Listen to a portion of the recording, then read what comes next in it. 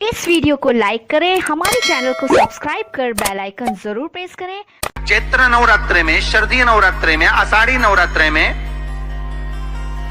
हम जगत जननी जगदम्बा की जब स्थापना करते हैं, या हम नूतन घर का प्रवेश करते हैं, या गणेश जी की स्थापना करते हैं, या कोई दुकान को प्रवेश करते हैं, या कोई शुभ कार्य करने के लिए अग्रण्य होते हैं, तो हम कलश की स्थापना क्यों करते हैं? आज शिव महापुराण में शुरुआत में अपन शिव और पार्वती की यही संवाद को लेकर चले। आखिर कलश में ऐसा क्या है?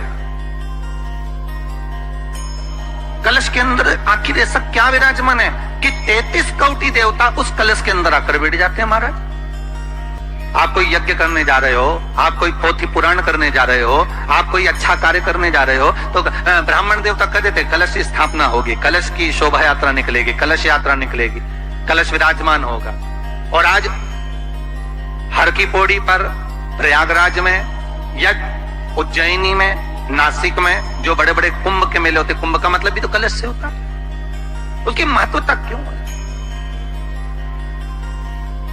उस कुंभ की, उस घड़े की महत्वता कहां से प्रकट होती? शिव महापुराण की कथा करती है महाराज, भगवान ओघड़दानी शंकर स्वयं आद्य शक्ति जगदम्बा से कहते हैं कि जगदम्बा तू क्या चाहती है बोल। तो जगत जननी जगदम्बा कहती है कि जहां मैं हूं वहां शंकर है, ये आपने कह दिया, पर जहां शंकर है वहां पार्वती का होना जरूरी है। उसके लिए सिद्ध करने के लिए एक स्थान ऐसा बनाया जाए जहां पर शंकर विराजमान है और शंकर के साथ पार्वती विराजमान है। तो शिव जी ने कहा, पार्वती उसके लिए मैं तुझे एक सुंदर कलश का निर्माण कर देता हूं। मेरी माँ जगत जननी दुर्गा भवानी अब की बार घोड़े पर आई है, साल भर में इतना धन दे देगी कि आपने पीछे के 4 साल में नहीं कमाया होगा, इतनी मेरी माँ भंडार भर देगी। ये घोड़े पर आई है, कोई साधारण नहीं हो सकता।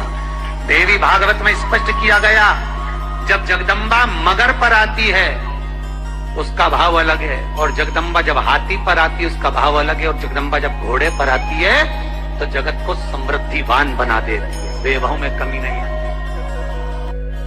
पर चिंता ना करना, मेरी माँ अगर घोड़े पर आई है तो उसका सुख आपको जरूर मिलेगा। एक जरा सी मिट्टी की दुकान भी अगर आप खोल कर बैठेंगे तो चांदी और सोना के बराबर कमाएंगे, इतना धन देगी वो माँ, साधारण नहीं है मेरी माता। दुनिया का रचनाकार, दुनिया की रचना करने वाले